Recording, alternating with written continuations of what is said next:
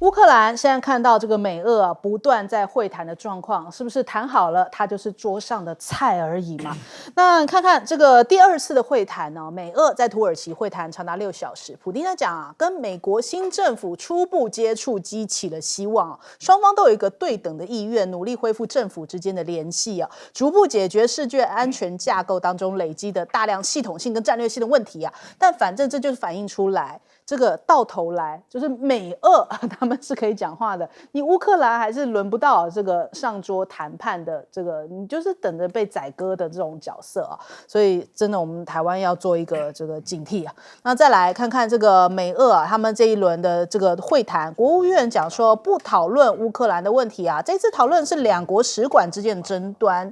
那乌克兰呢？位列议程，那目前会前双方都没有发布这些与会代表。外媒揭露，美方是由助理国务卿率团，那俄方是由外交部的北美司长来领军。那甚至他们还讨论到一起开发北极吗？就说要开采自然资源哦，跟开发贸易路线。所以他们是这个谈判秘密进行当中，现在目前还是早期阶段啊。那连这个英国的这个首相，他也是去到的白宫，对，进行一些会谈，讲说现在目前这个俄乌和平协议的谈判状况，非常好，进展非常好，但是还没有达成协议哦。那他还对川普讲，如果川普促成了这一场长达3年的战争停止哦，那英国愿意派数千名士兵来维持这个乌克兰的和平啊。那再来。现在乌克兰的矿产可能要等着被瓜分了，因为有记者就问到说，哎，川普，你不是讲说泽伦斯基是独裁者？就川普真的，你真的没有办法料到他会怎么回答啊？他这个人真的是让大家捉摸不到。我们来听听看他的回答。You still think that Mr. Zelensky is a dictator? Did I say that? I can't believe I said that. Next question. 我说过吗？我不相信我说过。下一题，就这样子，是不是带过了？你能想到是这样子回答的方式吗？合理啊，年纪大了。对，他就这样带过，好像没有人可以奈他何那样子哦。然后再来，泽伦斯基讲说，目前矿产协议也是个经济协议，那我强烈要求协议当中至少要包含一个谅解的内容。那这个协议为未来安全保障的一部分哦。那协议是大获成功还是悄悄消失了？现在其实取决于跟川普的对话。那美国的财长贝森特有提到，这个协议是美乌双赢啊。那协议内容涵盖了战略性的一些矿产、石油、天然气以及基础设施啊，但是没有提及安全跟军事保障。可能这件事情就是要欧洲你们自己去解决了，是不是？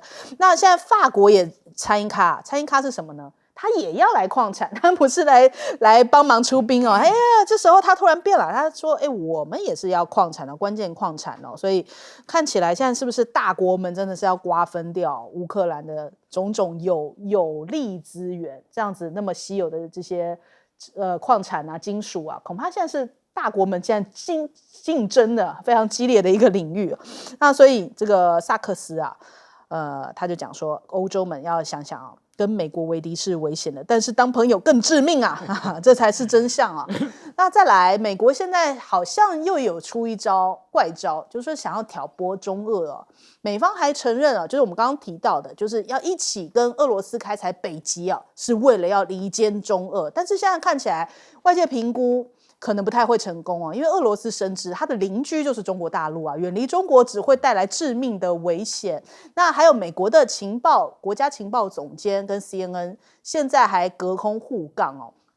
CNN 炮轰瘦身改造危及美国的情报安全哦，甚至讲说被裁员的前美国情报人员有可能会去向中俄等外国这些政府来投诚哦，所以美国的国家情报总监反呛，这个主张反过来恰恰证明了那些被裁撤的人不忠于美国，所以这时候还要给中俄来泼个脏水。那卢比奥也讲，就说哎呦，我们现在啊，为什么要积极拉拢俄罗斯？是不能让俄罗斯成为中国的小伙伴呐，所以他们有这样的一个策略。但美国会成功吗？恐怕未必哦。我们看看北京的讲法，北京的讲法也是很深奥哦。大陆外交部的发言人这个林健他讲，中俄是作为2个大国，彼此的关系是具有强大的内生动力啊，不受任何协力厂商影响。协力厂商在讲你美国啊，所以我们先来问一下亮哥。这个美国当然会找一些题目要跟俄罗斯合作啦，比如说这个美国希望能够减少国防预算嘛。那俄罗斯如果真的能够停战，他现在国防预算占 GDP 6.5%，那怎么受得了？他当然也想减嘛。所以这里他们有共同利益嘛。那北极航道说是很容易了，重点是美国跟俄罗斯并没有什么互补啊。因为俄罗斯现在需要的是什么？第一个是码头的新建，这个显然中国比较在行啊。那第二个就是中国的商船，能够走北极航道，要去欧洲嘛。美国没有必要走这里啊，美国去欧洲就走大西洋就好了嘛。对，所以我觉得，而且美国基础建设并不在行。那美国事实上在北极航道经营是远远落后俄罗斯，俄罗斯的破冰船大概有50艘啊，美国只有4艘，就他没有在经营啊。那主要原因是因为他并没有真的濒临北极航道啊。真正的是加拿大嘛，格陵兰嘛，挪威，对不对？所以川普现在想要并吞格陵兰，不是吗？所以经营北极航道最深的是俄罗斯，可是俄罗斯需要的经过北极航线的收益啊，那所有的货轮都在中国手里啊。那第二个就是能够协助他去挖航道、盖码头，也是中国大陆啊。所以我觉得啊。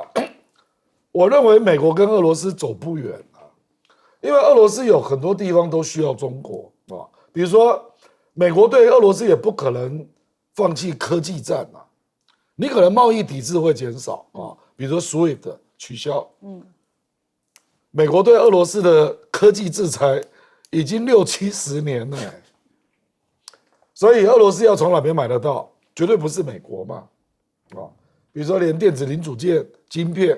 恐怕也是中国大陆啊。那第二个就是实际的贸易量，中国跟俄罗斯的贸易去年是2400亿美元，美国跟俄罗斯不到30亿耶，那另外就是国际组织的投票，比如说联合国，我很少看到俄罗斯跟美国站同一边的啊。目前俄罗斯的案子如果在联合国可以通过，大部分都是全球南方。跟中国协助通过的，而且有这么多的共同参加的多边组织，像金砖、上海合作会议，那摆明了假想敌都是美国了，对，那主要的成员都是中国跟俄罗斯，所以我不认为俄罗斯真的能够跟美国走很远了，很难挑拨的，很难啊，我们来问矛盾太多了。来问将军。你想想看啊，多少从冷战到现在，美国在全国上下掀起来这个抗俄的这个仇俄的这个仇恨值，哪里是一下子能解决的嘛？第二个，就实际上的需求来讲，刚刚亮哥讲得很清楚啊，中国大陆的制造业可以满足俄罗斯的消费啊，所以贸易量那么大嘛。第三个，这一次他们的接触只是要建立外交的管道。对。第二个，我相信里面谈的是格陵兰的问题。俄罗斯也不希望你全部弄到格陵兰，这是军事作战的战略上的一个重要地方。那北极航道讲良心话，刚刚亮哥讲得很清楚了，你美国走这条航道船的不多嘛？对，这条航道是俄罗斯跟中国两个结合起来的一个商贸的一个通道。俄罗斯能够销到欧洲的商品远不如中国销到俄罗斯欧洲的商品来的多，但是它收过路费就很够了，对不对？所以这个问题啊，我们很多国家也跟商人一样，最大块的利益在哪里？你说中俄会分手吗？不会，中间会小有一些不舒服的地方，但是很容易解决嘛。你大的利益摆那里，双方一定要紧密结合在一起嘛。现在俄罗斯能单独抗美吗？不行。中国是不是完全自己一个人跟俄罗斯来斗呢？也不行。所以中俄的连在一起的大事不可能分割，不可能分割。这些零零碎碎上面，俄罗斯说战后了，你要停俄乌战争可以啊，那我也乐见其成了，砍军费可以啊，但是美国不可能砍半啊，美国顶多砍个500亿啊，可是8800亿啊，你能砍半吗？现在8500亿已经喂不饱美国的军队的需求啊。六代机发展没有钱 ，NASA 没有钱，海军造舰没有钱，连维修补保没有钱，军机要换代 ，F-35B 黄蜂、大黄蜂通通要换。这么大的需求，美国说我能解散吗？你海湾780个基地，你撤吗？所以这些问题都是一句空话了。俄罗斯可乐见其成的，我仗不打了，我 GDP 3砍一半，GDP 6砍一半 ，GDP 3我照样过得很好啊。对，那你美国能砍吗？不可能砍嘛，中国也不愿意砍，我才 GDP 的1.6，我再砍还搞什么？我现在军武科技正在发展的时候，可以跟你相提并论的时候，我这会停吗？不会停的。所以我一再强调，政客讲话你听听就算了嘛，骨子里面根本不是这么回事儿。台湾关了门谈什么，你知道吗？你不知道。好，来请教介老师。其实我觉得这个到底是美国在建立俄中关系，还是俄国在建立美欧关系？这是一个很有趣的很好的命题。大哉问。那现在俄罗斯啊，我在承认啊，我跟美国在讨论北极问题。你知道北极牵涉到的国家啊，最核心国家有8个，它有一个北极这个理事会，8个国家啊，俄罗斯、加拿大、美国、芬兰、冰岛、挪威、瑞典。还有丹麦，这里面这个8个国家，7个都是西方国家，只有一个俄罗斯。那就2022年的时候，因为这个俄乌战争开打以后啊，这个理事会就基本上把俄罗斯的这个怎么讲呢？会籍把它冰冻了，不让他参加会议了。他们一起在分章，不让别人去碰这个北极这个8个国家。那现在你美国突然说，我跟俄罗斯在谈。请问一下，那北极理事会在干嘛？你们本来不是联合起来抵制俄罗斯吗？把它赶出去吗？现在美国什么都跟俄罗斯直接谈。那请问一下，加拿大怎么想？对不对？丹麦怎么想？挪威怎么想？冰岛怎么想？所以呢，我觉得这个消息一传出来，真正紧张的就是那个6个北极理事会里面西方国家，他们在想说，美国现在站到俄罗斯那边去了，对不对？那这个对谁有利？当然是对俄罗斯有利啦。所以现在第2阶段，他们因为上一次谈的时候，这个就是说在这个沙特谈的时候，美方讲出4点结论里面啊，一个就是说有一个就是双方要加强在经济跟地缘政治方面的合作，未来。那经济的部分现在就双方的第2轮就在谈了。其实表面上是看起来将双方经济合作，骨子里面谈的是什么？就整个把那个2万项美国对欧盟、对俄罗斯的自俄乌战争开打以后的那个经济制裁要怎么样下庄？他现在就是怎么样下台，弄一个经济合作，经济合作这帽子一出来，就把这些都拿。因为我不相信那个普丁会与美国会跟川普达成任何协议，而不去什么，而不去触碰美国主导的对俄罗斯过去3年来的经济制裁。因为基本上普丁一直在讲一个问题，他说第一个，这个谈判要解决这一场冲突的根本问题；第二个，这一场谈判最后的结果，它不能只是暂时性的，它一定要有永久性的效果。所以普丁要怎么釜底抽薪？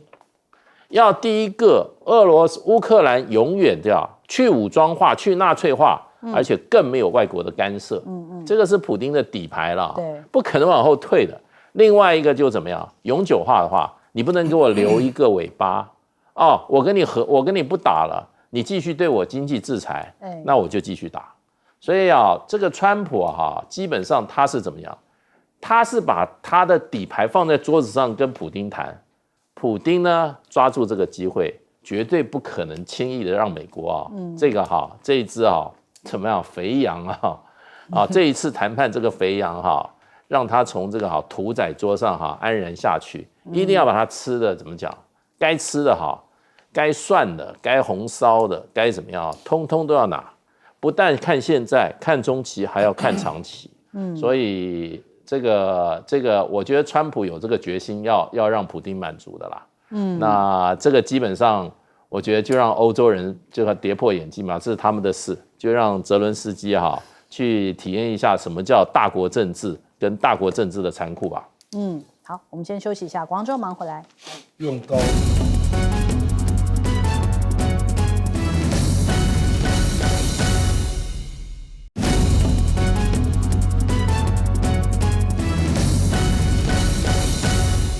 好，欢迎回来，新闻大白话，来关注一下现在中美之间的角力啊。从关税开始啊，昨天这个川普又再提了关税导致昨天美股的4大指数啊跌啊，特别是费城半导体这个血崩将近6%那我们看看这个大陆的商务部长王文涛有提到了，他说近期美方以这个芬太尼的问题作为对于中国大陆就是等于说一个制裁的一个理由啦，就说要加征10%的关税，那中方坚决反对这是要采取一些相对应的反制措施来维护中方正当利益。他说这个中美的经贸这些存在分歧是正常的，但不是用这种方法嘛，你应该是平等对话来这个磋商解决问题才对那现在目前王文涛在北京时间2月27号也写了信给这个美国的新任贸易代表格里尔，就是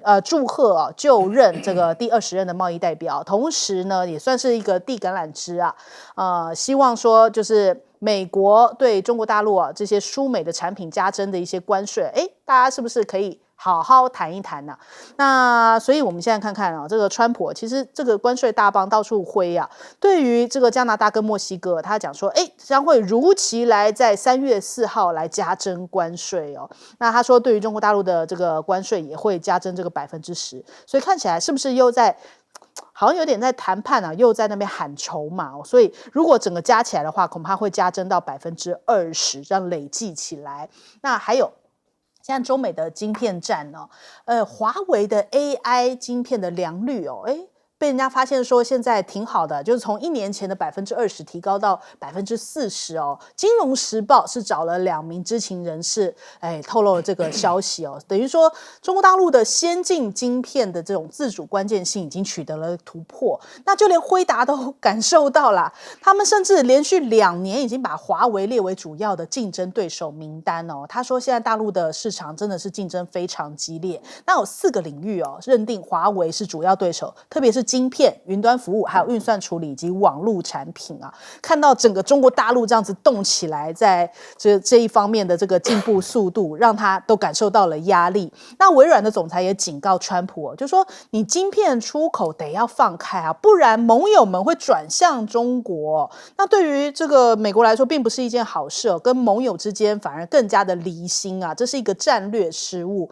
那目前中国大陆的成熟晶片制程已经占了全球的28%而且他们的报价只要$500，就是原本的主流晶片大概是$1500哇，这样子等于是什么东西都可以打到这个白菜价。所以他说中国大陆现在发起了一场血腥的淘汰赛，他自己本身市场很竞争，所以价格可以拉低，然后呢就是他们自己就是这么竞争的，那你当然国外跟中国大陆更没有竞争力了。再来我们看一下在电动车市场来说同样也是这么的竞争小米在昨天发布了一个新的电动车，然后今天的微博热搜说雷军昨晚有点失眠那为什么失眠呢？因为他这一次等于是小米进军到豪车市场没想到非常受到欢迎2小时大定突破了1万台，所以雷军就 po 文说今天早上特别困难，因为昨晚有点失眠。那他进军到这个豪车市场他说性能比肩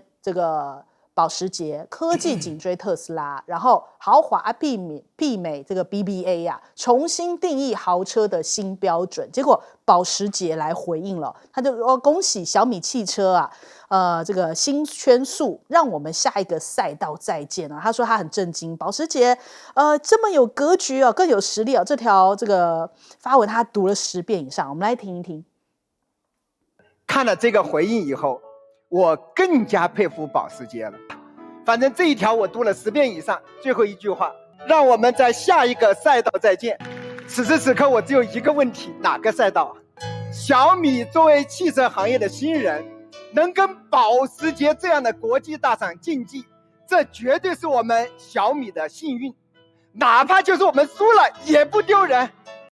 对，小米真的是创造奇迹哦，可以在短短时间内做出这个电动车，连苹果都放弃了这个赛道，所以真的大家看到了这个小米的这个潜力，还甚至进军到了豪车市场，让小米股价一度这个涨的这个幅度啊，把雷军拱上了大陆的新首富啊。然后很多的网友在那边讲说啊，虽然只有巅峰1小时哦，但是曾经拥有啊，但是也反映出来小米被市场的看好度。我们来问一下亮哥。而且雷军这个车，据我了解卖不到60万人民币啊。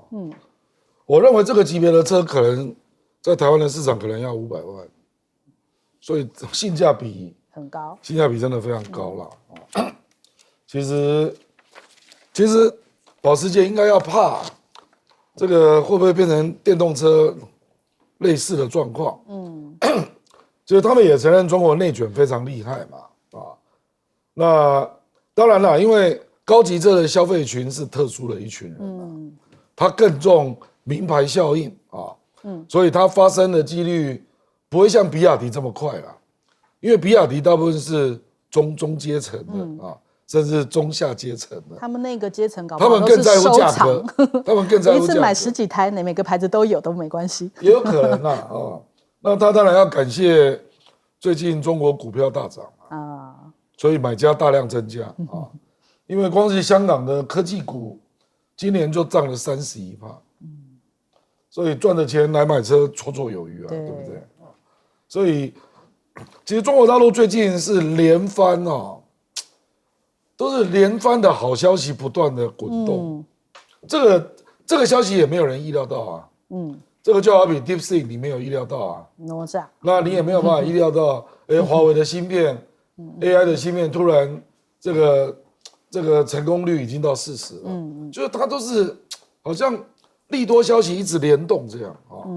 然后比如说宇树科技，那个只有35岁，王欣欣啊，那它的全球市占率，4只脚的机器人已经占了60%啊，而且他希望那个价格可以迅速压到20万人民币哦，那非常惊人呐。那个美国的价格大概是它的4到5倍，那你要怎么竞争？所以我觉得这个恐怕是美国自己的问题啦。川普用关税也没有用嘛，因为别的国家还是照样会买啊，所以我觉得美国真的是渐渐有人有危机感了。比如说现在开始来讲说，美国的股市该修正了吧？这种声音越来越多尤其是7姐妹涨成这样比如说那个 NVIDIA 英伟达昨天大跌8%那它本来是3.4兆的市值，现在已经跌破3兆了然后为什么会跌？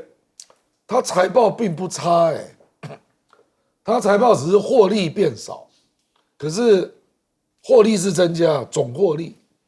所以人家是在看未来，不是看你的过去嘛。所以我觉得就是会有一些利空的想法，逐渐的在市场酝酿。好，那请教介老师。这个芯片的问题哈，现在中国大陆这个突破的速度非常的快，所以像这个黄仁勋他是很紧张，他在第一线，他要跟中国的产品竞争，而且在中国的市场。要维持它的一定的市占率，因为中国市场是不仅是已经可能是最大的，而且它的未来的成长性也是最大的。所以如果 NVIDIA 退出了中国市场的话 ，NVIDIA 可能就不要说它的股价掉到3亿啊，我看3兆可能会继续掉。因为上一次这个 DeepSeek 已经给 NVIDIA 一个极大的打击了。对，因为它不是跟着这种 NVIDIA 他们所带的这种风潮就是说。这个所谓的这个AI 晶片，就是用大演算能力来带动怎么讲这个 AI 的整个这个发展。因为 DeepSeek 就是说它用另外一种演算法，它需要的所谓算力跟这个所谓大资料库是相对的少很多。这就让这个 NVIDIA 它的市场的预估说，这个市场将来对我的量有多少多少，结果呢？这个 DeepSeek 说我不需要这么多量，所以这就造成当天这个股价 NVIDIA 就掉了6000亿啊，一天就掉了6000亿。美国的整个的 NASDAQ 掉了1兆，所以这就是一个科技的一个改变市场啊，结构性的改变。那现在这个黄仁勋他最怕的，还有包括你看微软的这个总裁啊，他也劝美国政府不要继续在什么，他劝川普不要继续走拜登限制中国晶片发展的这条路，他基本上就大家共存共荣，而且不要把美国晶片从中国大陆的市场撤出去。为什么？撤出去以后就回不去了，而且会加速中国高端晶片的研发跟制造。将来在世界上，美国的厂更没有这个竞争力的空间。那华为的话，前2天上个礼拜。西方的这个好专业的杂志说，华为的这个好 AI 晶片，这个升腾910C 哈，它的良率到40%，今年准备生产30万片，而且呢往5奈米迈进。这个消息西方的媒体放出来的，对，华为都没有吭气，可是问题就变成就是说。华为给中国大陆那个 H100的那个H20那个特供，中国的厂商已经不要了。因为升腾910C 它的能效已经快接近这个NVIDIA 的这个 H100了，所以黄仁勋急啊。那川普看要不要听黄仁勋的话？那如果不听的话，那就是美国的这个AI 晶片走入黑暗时代。好，请教将军。这个东西啊。市场最大的是成熟晶片，成熟晶片，中国大陆出产的很多，收割的钱也很多，但是高端晶片呢，它现在在突破嘛。刚刚接大师讲了，你像美国用什么下三滥的手段呢？这个荷兰的不可以去给它做维修，这是违反任何一个国家的商业规定的。我买你的机器也签下了合同，每年你要来维修补保嘛。对不对？叫日本不供化学材料给它做清洗晶片，这种手段呢，在全世界的商家来看，跟你美国做生意没有任何安全保障，这是对美国商誉很大的一个问题。对。另外，这个比亚迪这个小米的车子性能上大概Porsche看得出来，跟我大概相近。所谓另一个赛道呢，那就比什么商路了。推销的网络、维修补保的据点，大概是准备这方面跟他一决高下。因为你是新车嘛，你在世界各国有没有布点、销售的点、维修的点？我们买汽车都要考虑到说，进原厂保养啊，干什么东西？所以这个问题啊，就是说中国大陆现在就是说被压迫的环境下面呢，内卷也好，奋战也好，今天已经势不可挡了。你想嘛，如果两国的商贸作战按照国际规定来做，人家没有意见。说你要毁约，来这样做下作的这个运作，跟你在欧洲的这个行为，这年头谁还能相信你美国呢？所以你可能川普一下收到一大把钱，短多，长是不是？我觉得是空。你要打经济作战的经济霸权呢，商业道德、商业的行动准则、商业的规定，这些东西都应该有一个举世同样的一个方法、一个原则嘛。如果你今天这样都破坏的话，我觉得不看好你又放弃了军事霸权的一个做法，对不对？又破坏了所谓领土扩张的一个协议，你去侵占人家的国家，侵占人家的。表面上讲是孤立主义，但是骨子里面它是扩张的，对不对？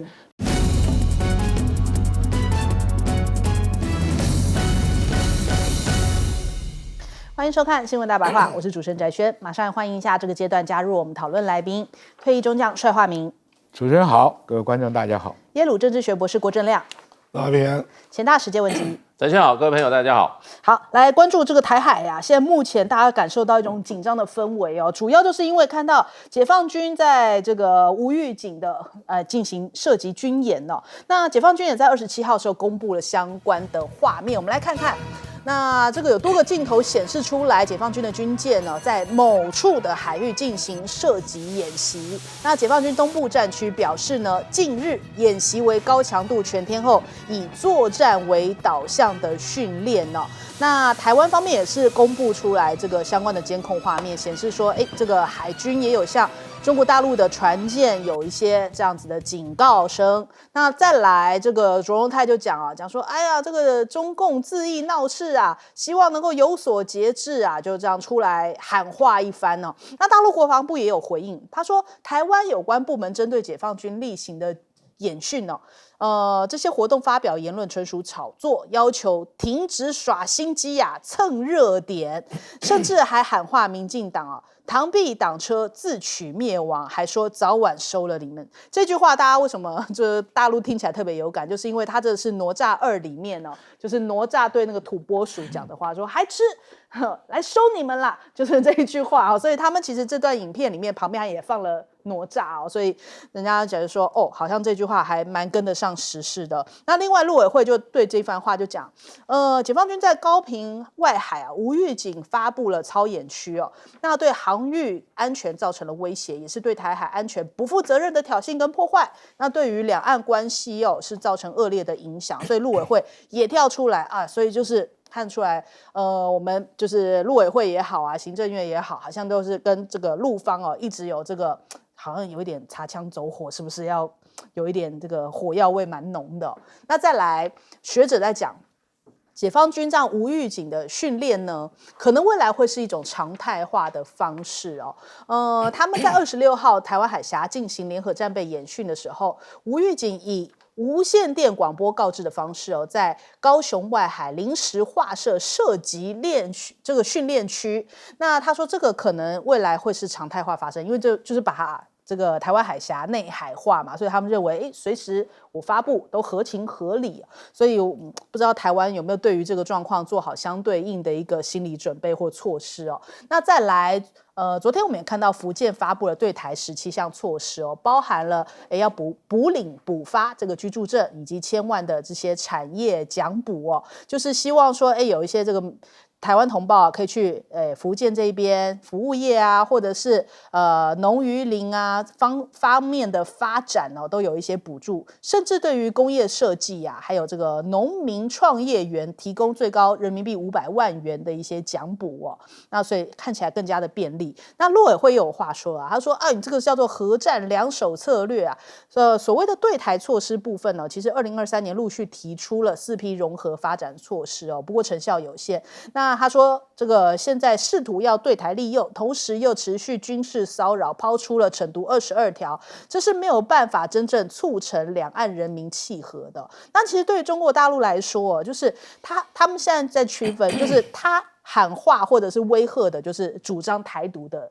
这一些人，然后另外一方面就是可以作为同胞来往的，他会端出一些优惠政策，所以他其实现在是很明确的，就是我们是一家人，两岸一家亲的，当然可以使用这些福利政策，是有这样子一些区别。那我们国安官员讲说现在还用这个融媒体对台散播这个疑川论、乌克兰失败论以及弃台论所以现在开始也进行了这个等于说媒体战那再来解放军在这个宫古海峡这边有一些动作，日本的防卫省讲说他们监控报告发现到解放军的多架电侦机、侦察无人机几乎同一路径从冲绳本岛在宫古岛之间的空域在这边进行这个穿越那随后呢到了这个太平洋之后向左转，沿着这个冲绳本岛的南部飞行，然后再掉头折返。小舰长就讲说这个辽宁舰编队准备穿过宫古海峡，或者是正在穿越宫古海峡，这是他观察到一些状况。那这里面也包含了像是这个GJ2 这种无人机有出现在这个日本的外海，也就是他们观察到的这一个侦察无人机还有陆侦9也都出现在此处。那我们看这个解放军他们的海军海警在黄岩岛以及周边展开一些战备以及执法巡查。换句话说，你看这个整个第一岛链这个中国大陆动作现在真的是今年很明显的加强力度了。大陆的041这种新潜舰也现在也配备了高超音速飞弹哦，这是要对付南海这边菲律宾或者是美国这样的一些状况哦，有一些因应的措施。那首先我们来问一下亮哥怎么看？我觉得这个就是王沪宁在那个对台工作会议，明显就是软的越软，硬的越硬。那陆委会解读为核战两手也没什么不对，那就是摆明了啦，就是比如说福建就提出更大的诱因，希望台湾工业设计跟农民能够那边创业嘛，那军事。因为大家都有注意到那个对台工作会议，和平2个字不见了，那只有强调塑造祖国统一的必然，它的用语就是这样，所以这个当然一定是军事的力度要加大了，不然哪有什么必然可言，对不对？那为什么这个事情特别引起关注啊？因为它是没有预警啊，而且是075啊。075是2栖攻击舰而且它绕台湾一大圈，然后到了高雄的外海40海里啊，那而且有好几艘啊，那个位置大概坦白说了，就是真的要进攻台湾大船换小船的地方，所以当然会引起关注嘛，而且上面还有32架飞机，有20架越中线。那全天候，昨天一整天是45架飞机。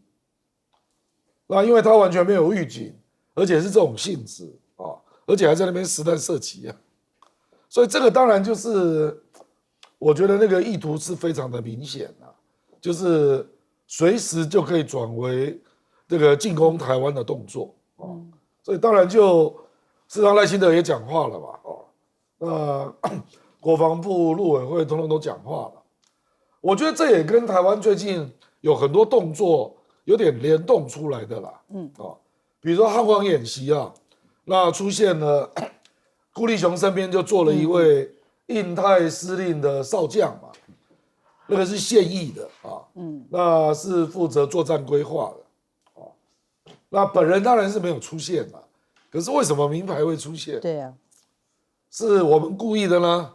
还是美国有意呢？那反正大陆的解读就是，你美国的印太的现役少将都到台湾参加汉光演习了，帅将军一直在摇头。所以这个动作就不只是针对台湾，同时也是针对美国。那当然也包括那个金色眼镜蛇行动，这个我认为是泰国那边的小编错误了。他把台湾放进去嘛，对。这样台湾根本没有参加，那放进去之后又拿掉，对，反正就是最近有一些动作啦，那当然也包括不是川普解冻了一些美国的经费，那其中也包括给台湾的一些军品嘛，那当然也要包括卢比奥那个国务院写把不支持台独删掉了，所以我的意思是说，其实动作蛮多的，对。所以我觉得中国大陆就是也相应反制做了一些动作，那我认为这个动作是非常严重的，因为它是实弹，因为我们要知道利剑军演不是实弹啊，利剑军演是摆个阵啊，那贴近你，那事实上印太司令部的司令帕帕罗都公开承认了，说联合利剑军演就是入侵准备，我觉得他讲的已经跟我们讲的都一样了啦。我们以前都被说是中共同路人啊。我说这个不是演习，是入侵准备。你去看那个时候国安会怎么说我们？结果现在印太司令帕帕罗公开说这个不是军演，这是入侵准备。可是那个不是实弹，那这个40海里这个是实弹。而且是2栖攻击舰，所以当然就引起了非常大的紧张。也就是说，今年更加危险了。当然。好，我们来请教帅将军，刚刚感触很多。这个东西啊，双方摆的姿态、打的嘴炮都很多了，但是你针对台湾真正最大的危机是什么？川普已经讲得很清楚了，根本就不想在台湾出兵嘛。对，你汉光演习来个少将又怎样呢？你能出兵吗？你能代表什么东西吗？只是让民进党利用来说，哎，这是美国支持我。这个演习我比较看重有几个特点。一般实弹射击啊，都是很早以前就要预警，就要公告坐标在哪里，什么性质的武器，是飞弹呐，还是近防武器的射击？他不告诉你的，临时告诉你，根本你就没办法时间反应嘛。所以我们现在看到，我们政府只是一个嘴炮的回应嘛，对不对？当然，中国大陆现在也是底气足了，讲话都喜欢讲一些很恨的话啊，看我怎么样收了你，对吧？那以前对美国来讲，虽远必诛，也是就中国成语里面这种比较硬的。可是刚刚郑亮也讲得很清楚啊，王沪宁对当前两岸政策是软的更软，硬的更硬嘛。我就搞不懂，我们政府为什么不懂得什么叫软的更软，硬的更硬？我们也有对招嘛，不能说只是打个嘴炮骂这个骂那个没有用嘛，对不对？今天问题是对我们的军备武器是没有办法跟他在同一个等级，不能在海上引起局部冲突或者是战争。但是两岸交流的事你可以加强嘛？我现在很担心，除了人家的军备碾压我们的军备以外，大陆的民心士气90%以上是赞成武统的。那你为什么不透过交流，同样经过交流，让争取大陆人民对中国人不打中国人了，和平统一这种舆论呢？对，那为什么不能做一边？我们的农民也好，商人也好，获得实力。二方面也让中国大陆真的认识台湾嘛。对不对？不是你少数这一撮台独就代表整个台湾嘛。对。所以，我觉得民进党这个因应的策略是很无能的啦。你骂这个谴责这个东西有什么用呢？你广播驱离有什么用呢？他根本不理你嘛。那这次威胁更大的是什么？以前是海空军啊。进来容易，出去也快。2栖登陆舰，那是摆明了就是说我在找我的登陆点了。因为以前号称台湾这个东部海域，因为山高水急啊，悬崖峭立啊，公路很单一啊，威胁不大。但是它对我们华东基地可以攻击吧？最重要是西海岸啊。以前看我有防波堤啦，有什么高速公路啦，有这个红色海滩很少。现在人家把驳船中间加一个像以前的活动浮桥一样，它什么地方不能登陆？这个威胁性很大。第二个实弹演习，公开这样搞，那就是尤其是配合什么美国川普那个态度他搞他的经济霸权，不搞军事霸权，对台湾没什么大兴趣。这个两相加起来，跟中国大陆现在态度比较横慢，是有相互影响的。所以你拉个少将坐在旁边，产生不了作用了。讲良心话，你不要以为远来的和尚会念经，你对台湾的军事作战懂多少？对不对？你印太司令部，你只懂得海上作战了，而且根本你的老板不愿意出兵，你来有什么意思呢？没有意义嘛。所以台湾老百姓啊，我们实在不愿意再看到这种打嘴炮的这种回应了。对，拿点手段出来嘛，对不对？你要加强国防什么的，我们赞成的，保卫自己应该的嘛。但是政治上的互动、经济上的互动，你马上面临关税怎么办呢？所以大敌当前，还在搞大罢免，你跟我讲什么团结啊？对不对？怎么团呢？对不对？老百姓要谋个生计不让去。政党要能够和谐，不搞罢免，外面的威胁没有一天减少，美国的支持又降低，将来何以自存？好，来请教介老师。其实两岸关系在这个蔡英文的8年以来就不断的往下降，螺旋式的下降，然后大陆就进行了好几次有关的封岛的这个军演。那赖清德上任以来呢，不到1年嘛，那关系可以说真的已经到兵凶战危的阶段那很多大陆的尤其的军事行动都是过去前所未有的。这一次的大陆突然在我们的东部水域进行的军演啊，事实上就是几个字就可以讲了，这是无预警，然后呢实弹军演，还好发射实弹军演，过去没有啊。过去的话他会先宣布一下，对不对？而且很多也没有实弹啊。这次离我们这个水域，离我们这个我们这个岛台湾岛也蛮近的了。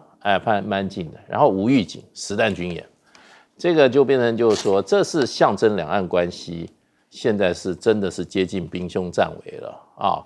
那会不会由演转战，那就很难说了。这已经非常接近了，由演转战。那我觉得就变成这个，为什么会一个巴掌拍不响啦？为什么会变成今天这个局面那就变成。我们这边的事实上的话，常常口头上去挑衅，然后呢配合美国，比如说这次眼镜蛇在2025眼镜蛇军演在泰国了，突然我们的这个中央社发一个新闻，对，虽然那个新闻他说这个在这个美军这个演习单位他们说有台湾。只有3个小时就拿下来了，可是呢，就这样子，不但这个中央社发表，第二天《自由时报》跟着报道渲染大规模渲染。那到底有没有参加，我们都不知道。那你今天你在这个两岸关系紧张的时候，你突然我们好像又怎么讲，又要结合各国一起来干嘛？要跟老共搞对抗吗？这个演习里面有中国大陆对啊，有中国大陆，两岸一起参加。对啊。那问题就是说，你去参加的人到底是什么人呢？你如果说有一个什么学者在里面，那你也要做这种新闻、这种宣传，没有任何的实质意义嘛？你就是在宣传上的挑衅。那问题，我觉得现在台湾最可悲的就是说台湾人的悲哀是什么？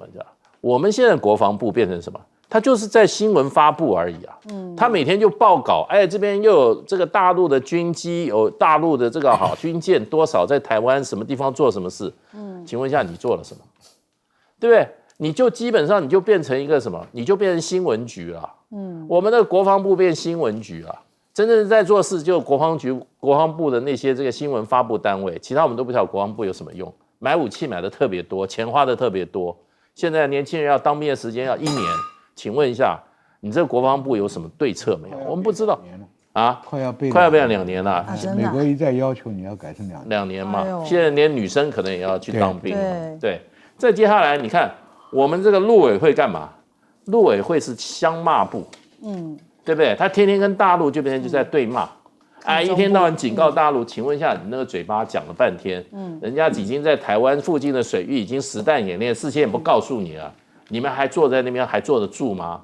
所以我觉得有这些人当政台湾还需要敌人吗？